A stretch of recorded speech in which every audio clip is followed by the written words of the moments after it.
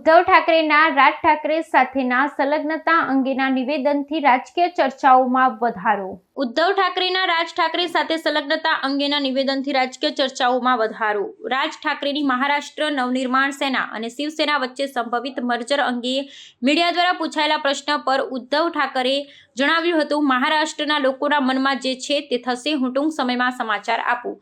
ઉદ્ધવ ઠાકરેના આ નિવેદનથી રાજકીય વલણોમાં નવી ચર્ચા શરૂ થઈ છે. આ પહેલા તેમના પુત્ર અમિત ઠાકરે જણાવ્યું હતું કે બંને ભાઈઓએ સીધા વાતચીત કરવી જોઈએ. મીડિયા દ્વારા વાતચીતથી કોઈ પરિણામ નહીં આવે. તેમણે ભાઈઓ વચ્ચે સીધી સંલગ્નતા મહત્વપૂર્ણ હોવાનું જણાવ્યું.